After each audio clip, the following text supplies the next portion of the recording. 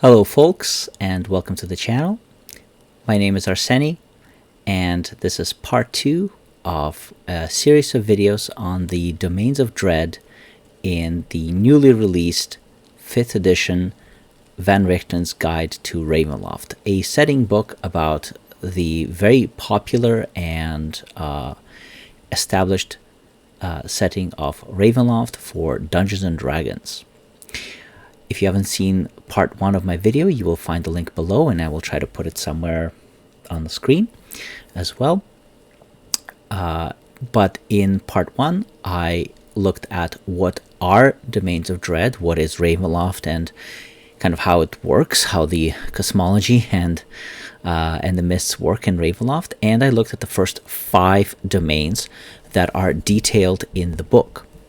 Today I'm going to be looking at the next 4 domains, all of which are domains that we have seen before in previous editions of the game, but which have received some new treatment and additions and changes in this book right here. Right here as well. Just like in the first video, what I'm going to do is I'm going to talk about what the domain is, its kind of key themes and premise. I will look at who is its Dark Lord. I will look at the genres of horror that this domain supports, the atmosphere and feel, so kind of what kind of things you're expected to do with this domain as a GM. And finally, we'll take a look at the various tools that the book provides for the tools that every domain provides for the dungeon master who might be thinking of running an adventure or even an entire campaign in this domain. So with that in mind, let's get started, and we're going to start with the domain of Dementlieu. So the domain of Dementlieu is another domain that has been around since at least 1995, the 2nd edition setting book for Ravenloft. But keen-eyed readers who have read the House on Griffin Hill adventure, which was the 2nd adventure for Ravenloft ever. So the first one was, of course, Castle on Ravenloft. The second one was the House on Griffin Hill. And keen-eyed readers who read that adventure will notice Dementlieu actually being mentioned there. So, you know, at least as far as it's mentioned, it's got a fairly long history. But it's really been detailed most exhaustively in the 2nd and 3rd editions of Ravenloft. So what are we getting with Dementlieu? Well, Dementlieu is basically based on pre-revolutionary France, and it is a primarily urban-based domain, as you can see here. In previous editions, Dementlieu was like this entire land with multiple towns and cities and villages. In this version, however, they've tightened the domain by making it a single city, a city that is called Port-Talucin. But basically the entire domain is the city now. So it's a much more urban-focused campaign. So Dementlieu itself is very much based on, as I've mentioned, pre-revolutionary French society, but it also contains quite a few references to the classic fairy tales of Charles Perrault. So you kind of know what you're getting. You know a little bit about what you're getting into with this domain. And the big themes of this domain is that nothing is as it appears. Everyone in this domain is pretending to be something or someone who they are not. Maybe they are doing it with actual disguises or magical illusions, or perhaps they're simply trying to aspire to a higher social class than they really are. And being unmasked, whether literally or figuratively, in Dementlieu is incredibly dangerous. In fact, it is literally deadly. You may, in fact, either get killed on the spot by its Dark Lord or hunted and then killed by its Dark Lord, but in a different guise. More about the Dark Lord next, actually. So one of the big changes to Dementlieu, other than the fact that it's now a single city rather than this whole land with towns and villages, is its Dark Lord. Its new Dark Lord is Sager Donaire, and they have a wonderful art of her that reminds me of a certain notorious Magic the Gathering card. So there's Sager. And Sager Donaire, actually I'll leave the picture up, it's a pretty cool piece of art. And Sager Donaire is a replacement for the old Dark Lord, Dominique Donaire. And Dominique Donaire was not a particularly interesting Dark Lord, and also he was very, very, very problematic for many wrong reasons. Plus, he just was not that imposing of a villain. Whereas Sager Donaire is a more interesting villain. She has a more interesting backstory. She has a more clear motivation. And she can be a pretty formidable opponent if the party decides to kind of take her head on, which is a very bad idea. So I'm not going to go too much into Sager's backstory, but it's basically a very interesting and dark twist on Cinderella and a bit of Sleeping Beauty as well. And the idea is that Sager Donaire was raised to believe that she is actually nobility, until she found out that her father was actually lying to her, but then she actually did become a noble, and then she fell in love with the man who she thought was this great noble, but then the man himself turned out to be an imposter, so she kind of cursed him and other people at the ball. So you also have a little bit of Edgar Allan Poe's Mask of the Red Death there as well. So it's quite neat stuff. I really enjoyed her backstory. And basically, Sager Donaire is she's an undead creature. She's basically has got two forms. One as Sager, the Duchess of Dementlieu, and her other form is a wraith known as the Red Death. And as it says here, in either form, her goal is the same: to unmask and destroy pompous fools who pretend to be what they're not, aspire to a higher station than they deserve, and fail to maintain the appearance of normalcy. So, pretty clear motivation, and one that's probably going to put adventurers at odds with her, because she basically enjoys taking people down a peg. So overall, pretty strong Dark Lord, good motivations. Stats-wise, this is one of those few cases where I kind of wish that they did, in fact, give the stat block for Dark Lord, because a Wraith is certainly deadly. It can be deadly to lower level parties, but if your party is going to be higher level when they travel here, there's very little stopping them from just simply fighting their way through what should otherwise be an investigation and political intrigue mystery. So speaking of political intrigues, the genres, so of course this domain is very much focused on political intrigues. It is very much focused on illusions and mysteries. And it says here that you can support dark fantasy and psychological horror.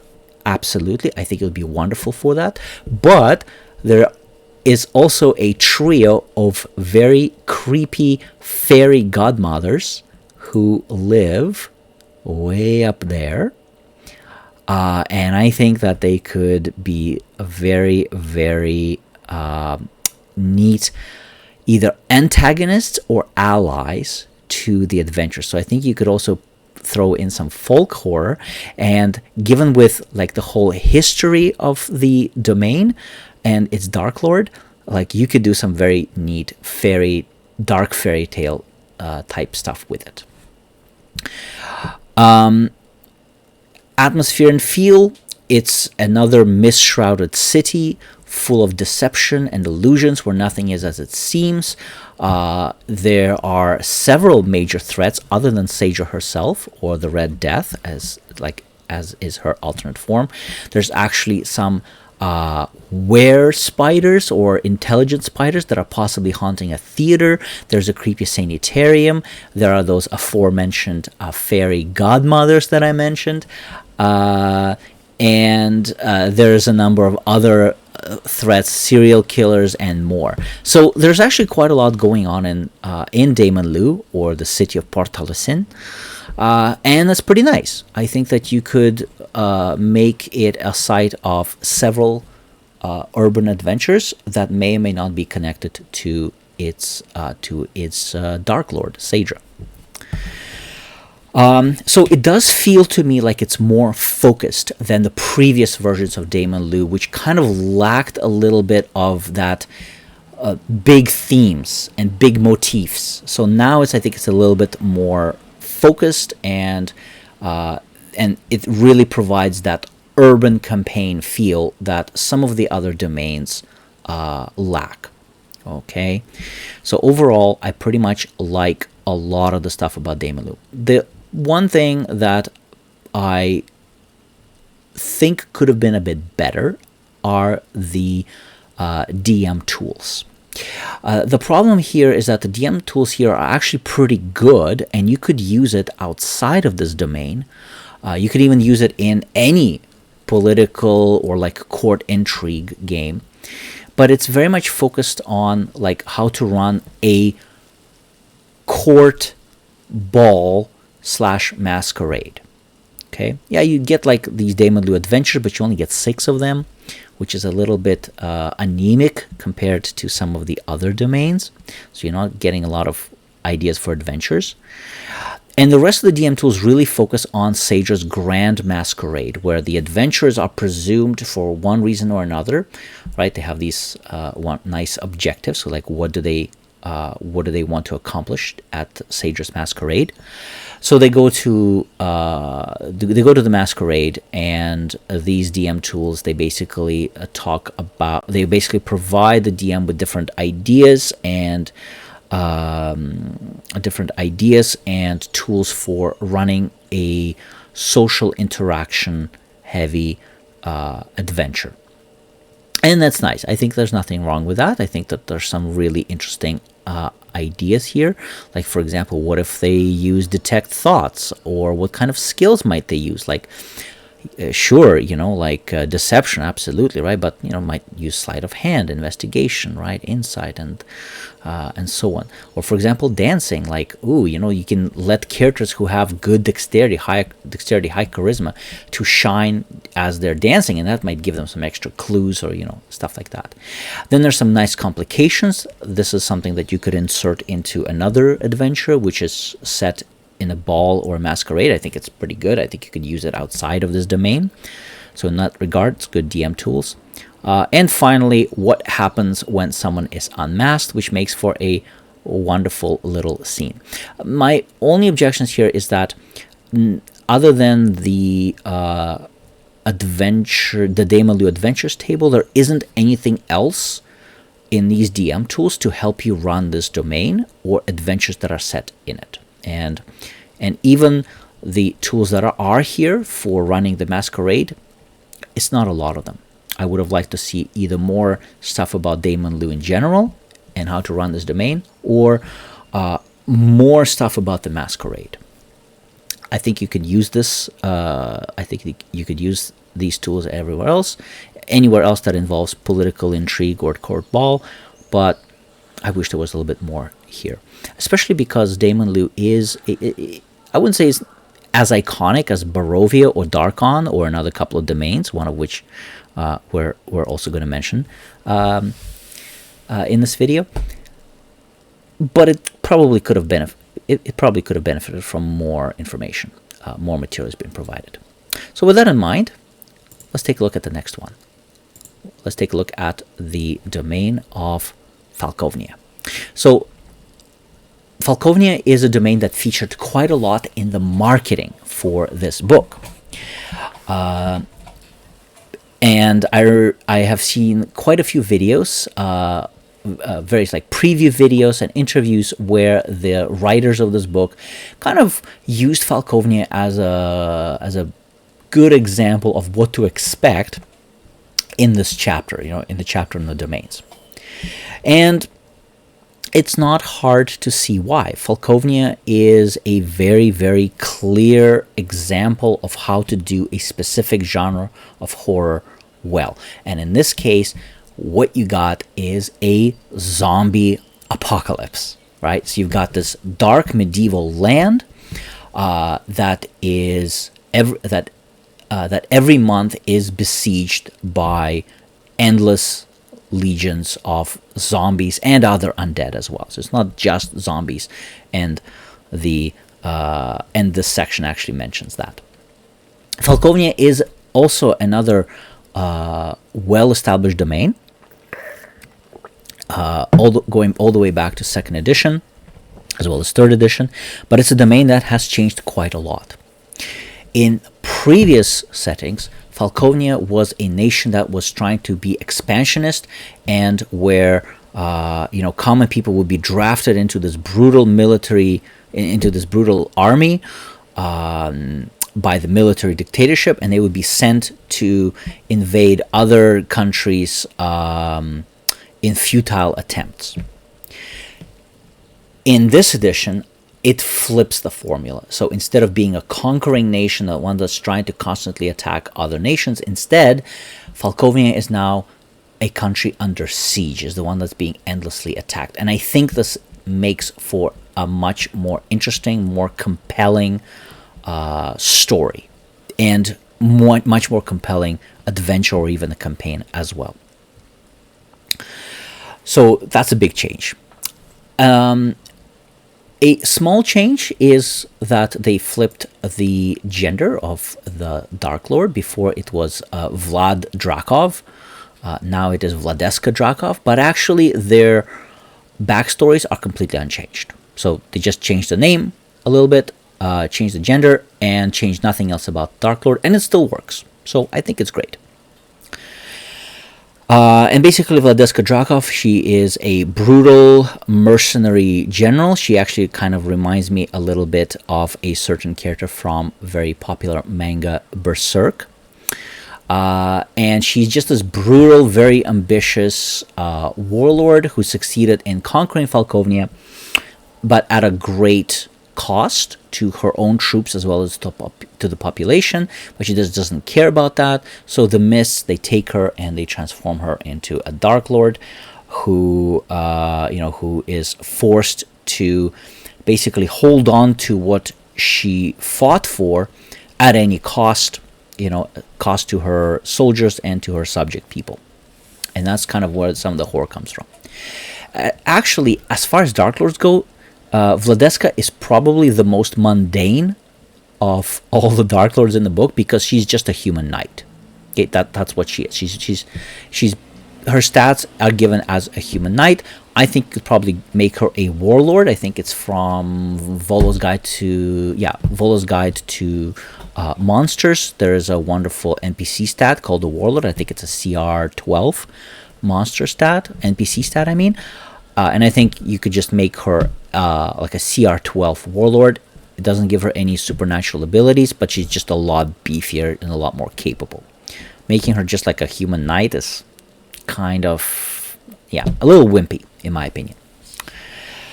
But what's cool about this domain is not the warlord herself, but instead what's going on in this domain. So this domain is very much about surviving a zombie apocalypse, right? So surviving a zombie siege, but also surviving a brutal military fascist regime. So, you've got these two big themes. You've got, actually three themes. You've got zombies and fighting zombies, right? You've got desperate survival, and finally you've got like navigating the brutal fascist dictatorship and bureaucracy, military bureaucracy. So it's very focused on these things specifically. Genres, it says it's a disaster horror, but you could very well do body horror, especially because there's one location that is like the secret military facility where they have this doctor who's developing all sorts of enhancements and new creatures to help fight the zombies. So that could be really wonderful for body horror. And of course, psychological horror, because so much of this domain is about survivor's guilt and PTSD, and kind of like constantly being presented with difficult moral choices. So that's what you're getting with Falkovnia, basically. I think the map of Falkovnia, the style, is probably going to be quite familiar to anyone who played or ran Descent into Avernus, right? Now, one thing about the map and the domain itself is that it's not particularly well detailed, because most of this domain is going to be focused on the city of Har'Akir. Okay, and the tools, for the DM tools that I'll talk about in a bit, they also all focus on the city of Har'Akir, and actually the rest of the domain, with the exception of kind of the village of Silbervas, is actually depopulated. Okay, the rest of the domain has been destroyed. It's and all the survivors, they're either in Har'Akir, and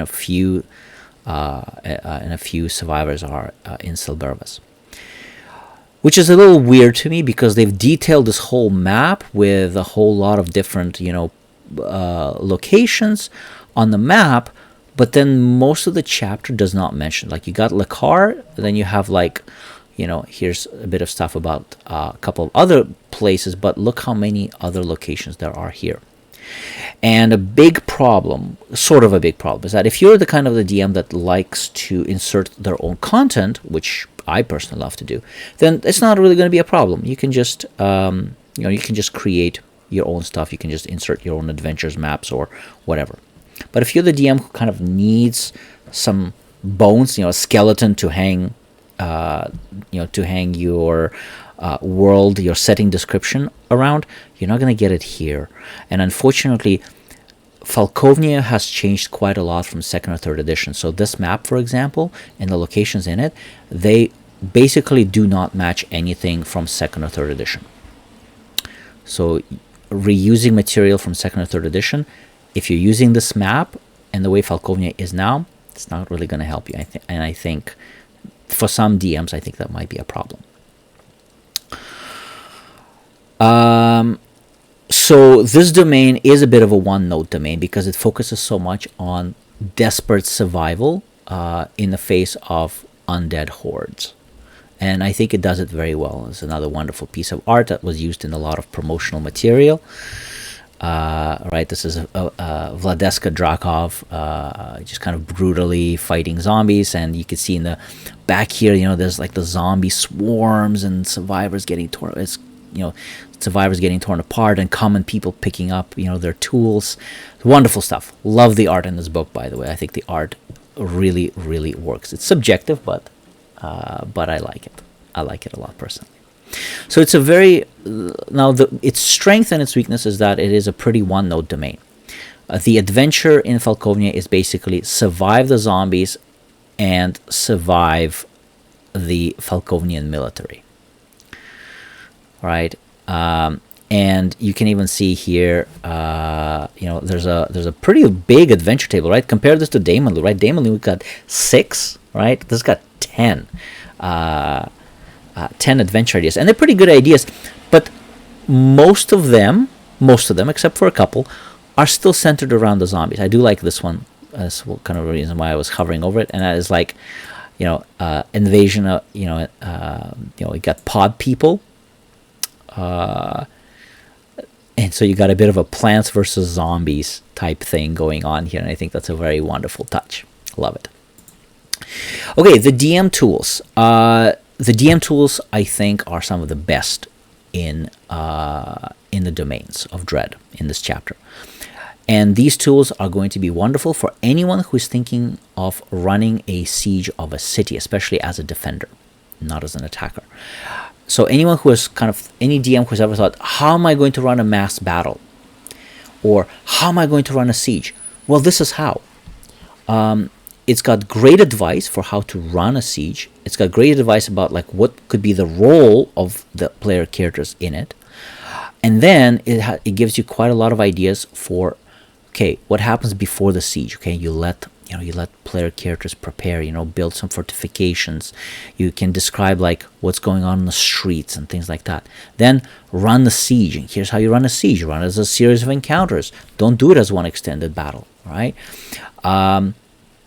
Let them feel like the player characters are actually making a difference. Let them feel like, oh yeah, no, like they're making a difference. They're holding the zombies off, but always make it clear that somewhere else where they are not, things are not going well at all, right? So there's too many fires to put out, right? And it builds up that desperation that they can't be everywhere at once. And eventually, somewhere, probably in many places, the zombies are going to break through. And there's even like, okay, what to do if adventurers feel overwhelmed. Oh, like maybe some priests with potions of healing appear.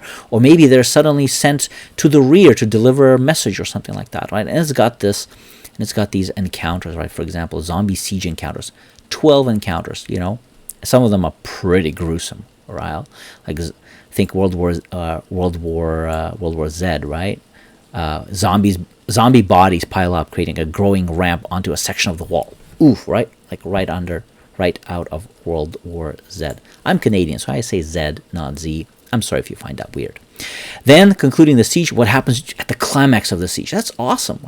Like here, we get to see the full horror of the Falkovnian military and the lengths to which Vladeska Drakov is going to go through to defend what's hers, right? And it's pretty good. There's even some advice here about how to use survivors. So what are survivors? Survivors are kind of like essentially zero-level characters. They're basically common people.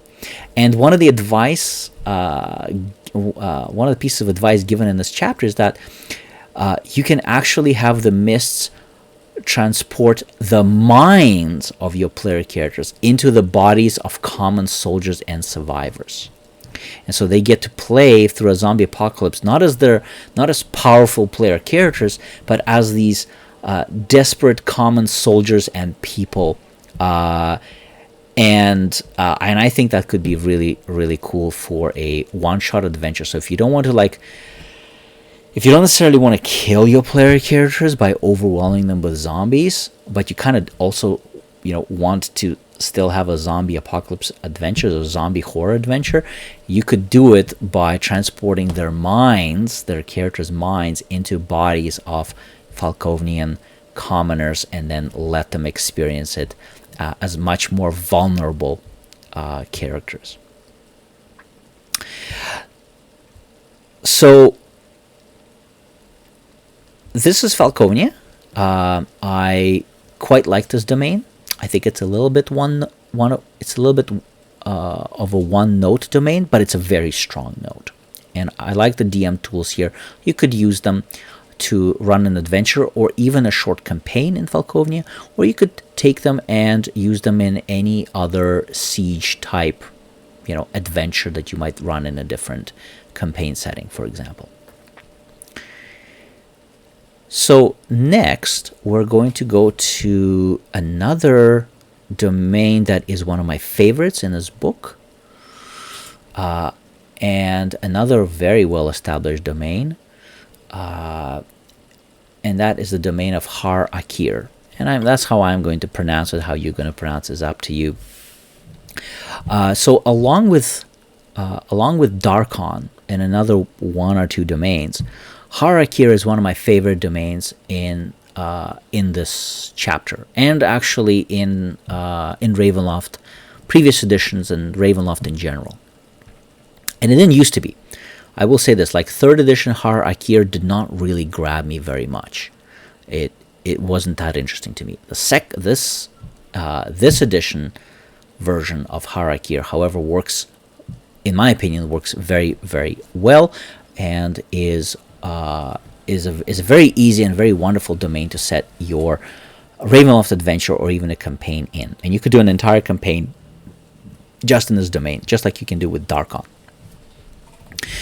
So this domain is basically the Mummy, right? The Mummy movies. Well, it's more like ancient Egypt, right? So you're kind of getting that kind of that feel, like that terrible movie Gods of Egypt, or slightly better Scorpion King, which is slightly better, or like the Mummy movies, right? It's a domain that is set in the deserts and oases of this blasted land that is basically ancient Egypt. And actually, we know that it's ancient Egypt because the story, the backstory of its Dark Lord, Anhtepot, is literally our Egypt. Like, it even references that, right? So this is actually like, yeah, he was a priest in real world ancient Egypt, and then he was transported, he was taken by the dark powers, and he became the Dark Lord of this domain. But he's actually a pretender. He's not actually a real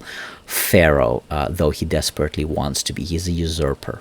But in this domain, he is the god pharaoh. So it's pretty clear what you're getting here, right? Like, this is ancient Egypt fantasy. You got tombs, pyramids, deadly traps, deadlier mummies, even deadlier desert and sandstorms and oasis. But you also got some palace intrigue as well, and some temple intrigue. So there's a lot of stuff going on in this domain. Like, it's chock full of different ideas and different location and very different locations, and some interesting NPCs as well that you could easily put into your game. Genre, it recommends dark fantasy, but cosmic horror and even body horror could work very well in this domain as well, in my opinion. You can even do psychological horror as well. Because this domain actually does have some reality warping powers as well, like another couple of domains that we're going to look at. Its setting, the desert setting, and its feel is one of the things that I really enjoyed about this domain, because it's a little bit different, right? In the absence of Dark Sun for 5th edition, we are not. We don't have a lot of other official settings or places set in this type of environment and with this type of feel. You've got the Anorak Desert, for example, in Forgotten Realms. Eberron's got some stuff. There's that free magic, the Gathering themed Egyptian setting as well. But otherwise, we don't have much of this type of setting in this edition, right? So it's nice to have this resource as well that you can use actually with, other desert-like settings for 5th edition or your homebrewed campaign.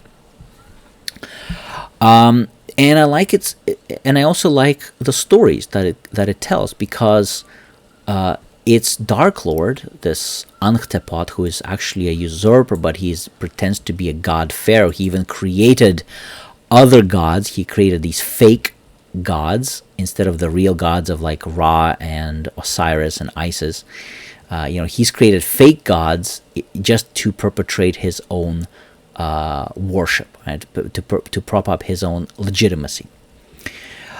But he's a villain, but at the same time, he's needed for this domain. He provides stability to this domain, and he kind of holds it together. And without him, this domain is really going to fall apart. And he's not the kind of villain who is actively going to go after player characters. Instead, he's really focused on finding his ka, so a piece of his soul. Right? So ancient Egyptians believed that their soul consisted of several parts, one of which is called the ka. And he's looking for his ka. And so player characters might actually help him. They might actually get involved in helping him rather than fighting him, because by helping him restore his ka, not only will they escape, but maybe the whole domain is actually going to is also going to be saved, and the people in this domain are also going to be released as well. So I think that could be a pretty good idea. This is the map of the domain. You don't have a great variety of different environments. It's all pretty much desert. But within that desert, there's a few things going on. You got tombs, you got pyramids, you've got some towns. Well, you've got like basically one town. You got some the oasis, a few different oases. Each oasis has its own kind of dangers and its own little spin, a little theme. So there's a lot going on here. And unlike Falkovnia, you could use a lot of the second and third edition materials about Har'Akir here. So again, if you're the type of the DM who needs a bit like a skeleton to provide a skeleton for your setting, and you find that this chapter does not provide enough for you, like for example, it's got a little bit, like a sentence or two about each oasis, for instance, right? Maybe you say, that's not enough for me. Well, you could pretty easily find information about the second or third edition version of Har'Akir and use it here, which is something you could do with Falkovnia because Falkovnia has changed so much. Whereas with Har'Akir, that's not really the case. I like this picture for Ankh'tepot. Again, I love the art, and I think it's kind of a neat twist on the mummy. It's not like the mummy from Monster Manual type thing. Ankh'tepot is pretty well developed. He's got pretty clear motivation. He's searching for his Ka.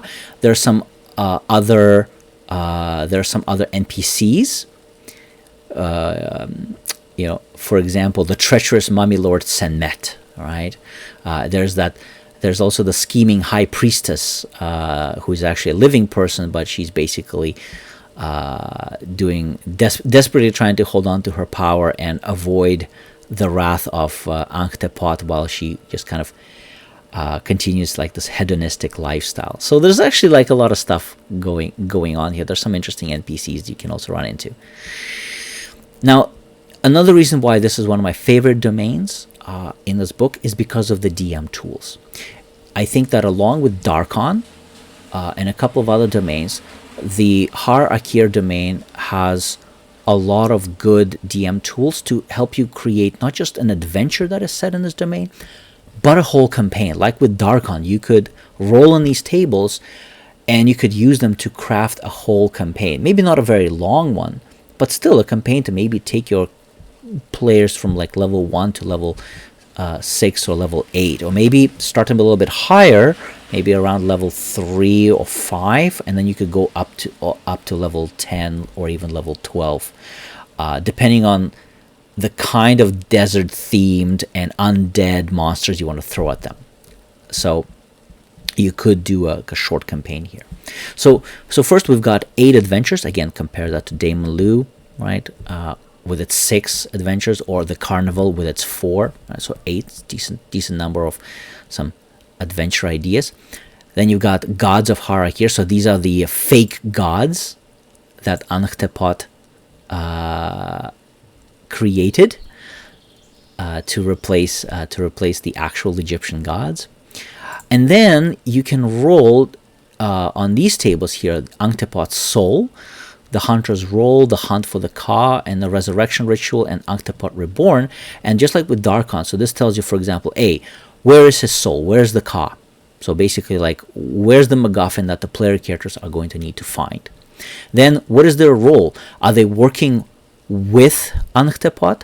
Are they working with his corrupt high priest? Actually, I think it's high priestess. Are you working with the revolutionaries? Are you working with the mysterious sphinxes? Maybe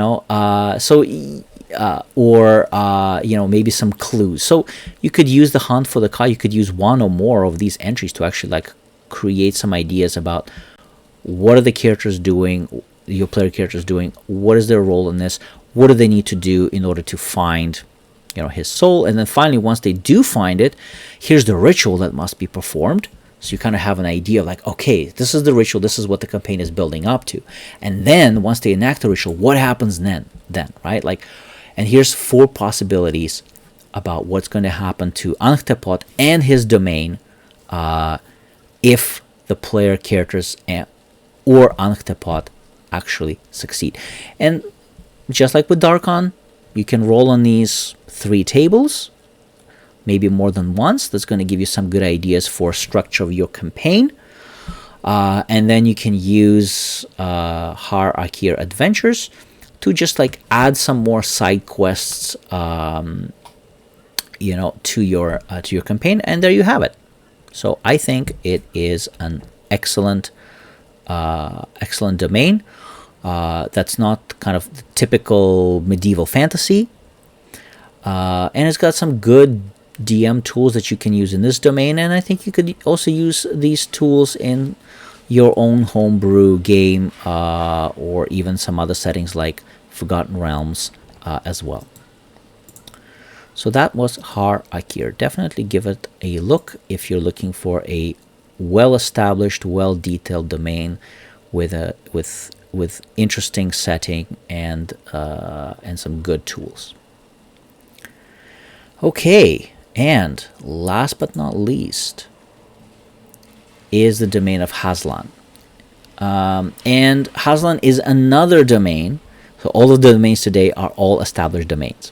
We're going to get to some new domains in the next video. So there are some new domains that we have not seen in previous settings. But today it's all about established domains with a new twist. So Hazlan is another domain it was mentioned in 2nd edition, but it was only really properly fleshed out in 3rd edition as far as I know. Okay, so if I'm wrong, let me know in the comments below. So it was pretty fleshed out in 3rd edition, but it wasn't terribly interesting. Honestly, let me just find my book. You know, I have like the 3rd edition campaign setting, and I also have the Domains of Dread book as well. It's just not around here right now. And Hazlan is detailed in both those books, and in both of those books, it's pretty boring. It's honestly pretty boring. It's just like a bunch of small towns and evil wizards. That's basically it. In this domain, it's really changed. And I just want to show you the wonderful map. And again, if you played or ran Descent into Avernus, you're going to recognize the style, I think. Right, so now this domain is shattered, right? You've got like something called the Brew with its weird colors. Moonstone Valley, you've got these giant glyphs that are etched into the landscape itself, right? You've got this perpetual, permanent, strangely shaped fog cloud and weird mountains and everything. Basically, what you're getting in this domain is a little bit like chaos in Warhammer Fantasy. This is a domain that is in perpetual flux, in perpetual state of change, because of its Dark Lord and his minions, his servants. And this domain is all about the hubris and ambition of magical experimentation. So this domain is ruled by wizards. Its Dark Lord Hazlan used to be a red wizard of Thay, and his minions, his servants, are other ambitious, over ambitious wizards who basically don't care at all about the non-magic users, just like regular people. They don't really care about the dangers or the consequences of their experiments and their magical arts. They just go ahead and they just do whatever they want. They twist people into different shapes. They twist the landscape into different shapes. They unleash terrifying horrors just for the fun of it because they're just evil wizards. Some people might not like that because like the whole oh yeah, they're wizards and they're evil and they're just ambitious just because. There's really not a lot to it. Like Hazlan, for example. Actually, let's talk about Hazlan as a Dark Lord, because he's another Dark Lord that returns. There's an art for him that's pretty good. I like it, So Hazlan, he returns from previous edition, but they greatly changed his backstory, and I think his backstory is changed for the better, because the previous version of Hazlan in 3rd edition was grossly homophobic and transphobic. and it was pretty terrible. And I like what they've done with Hazlik in this background. So they do a better job in this edition than the previous edition. The problem I have with Hazlik is that he's a pretty one-note character.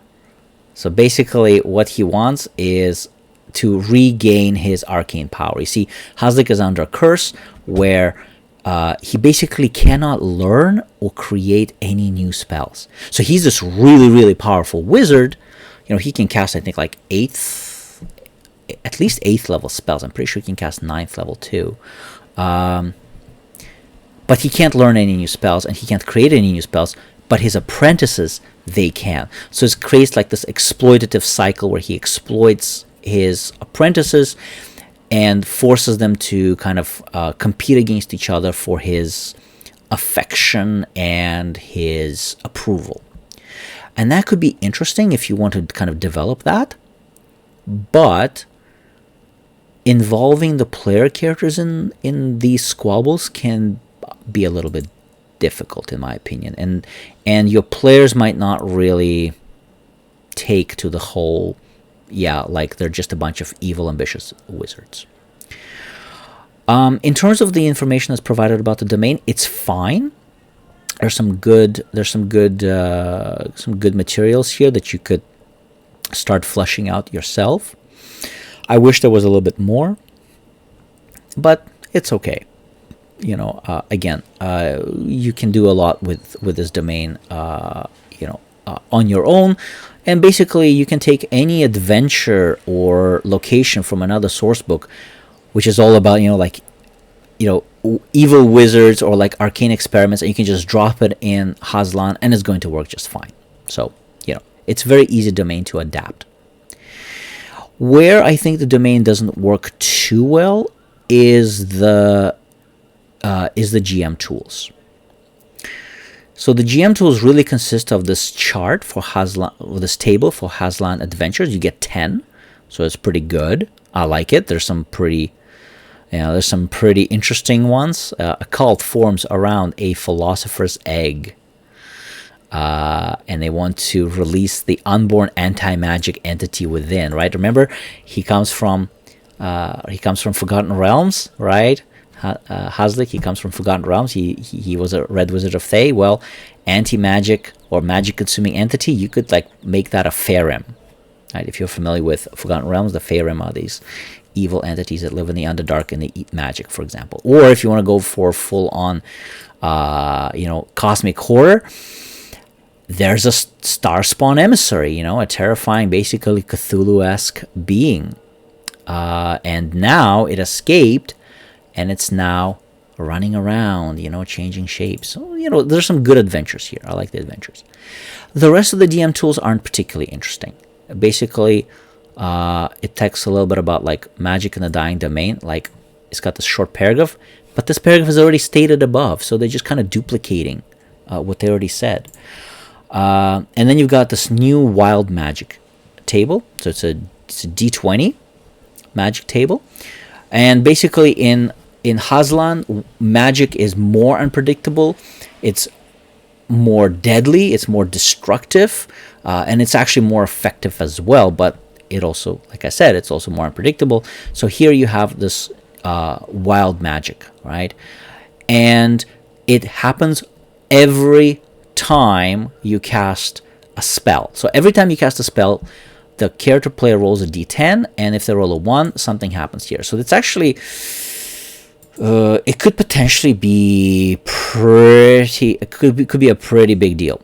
And I think that you could take this table and you could add it to the sorcerer's wild magic table to beef it up. So if you wanted to include some more powerful effects, more powerful options to the sorcerer's wild magic table, this could be one way to do it. And they're pretty cool, like, you might summon hyperdimensional cats. Pretty cool. But some of them are just like, there's a fog cloud and you basically summon the mists of Ravenloft. and now everyone's exhausted. So they kind of vary by quality. Some of them are very interesting, some of them are a little bit less so. And then there's a little bit about this Eye of Hazlan, which is, you can actually see it on the worm here, which is a very cool picture. I like this picture. This is Hazlan's favorite apprentice, Eleni, and like she just kind of like not summoned, but like has dominated this albino purple worm, and you can see the Eye of Hazlan. And basically the Eye of Hazlan is like this new thing, and Hazlan can basically see through any of these symbols in his domain. It's kind of neat, but that's basically it. That's all the DM tools you're getting, right? So you're just getting these adventures, which is pretty good. The wild magic table, which is all right, I guess. Some good stuff, some sort of mess stuff, and then you just get that, and that's all. And for a domain that seems to be so bonkers, so chaotic, and fascinating as Hazlan, I wish there were a bit more DM tools. Maybe a bit more about the locations, or maybe some ideas around these great arcane glyphs, right? Like, or maybe a bit more about Hazlan's apprentices, because there's like a few of his apprentices that are all at odds, and it could have been really cool to have some DM tools about like which of these apprentices are your player characters going to side with, and maybe whichever apprentice they side with, they're going to help them overthrow Hazlan, and then this apprentice becomes the next Dark Lord, for example, right? So that could be something else they could have added. So neat domain, much more interesting than previous editions. The motivations of its Dark Lord and his minions could have been a little bit more interesting. I wasn't too impressed with it. I wasn't completely disappointed with it, unlike with a few other domains that we're going to get to in the next 2 videos. But it's okay. There's some neat stuff in here that you could use. Anyway, that's it for today. In the next 2 videos, I'm going to go through the other remaining 8 domains of Ravenloft. If you like this video, please give it a like, and let me know in the comments below what you thought about this video or about the domains that I covered today. I'd be very happy to read and respond to any comments you may have. Thanks very much, and I'll see you in the next video.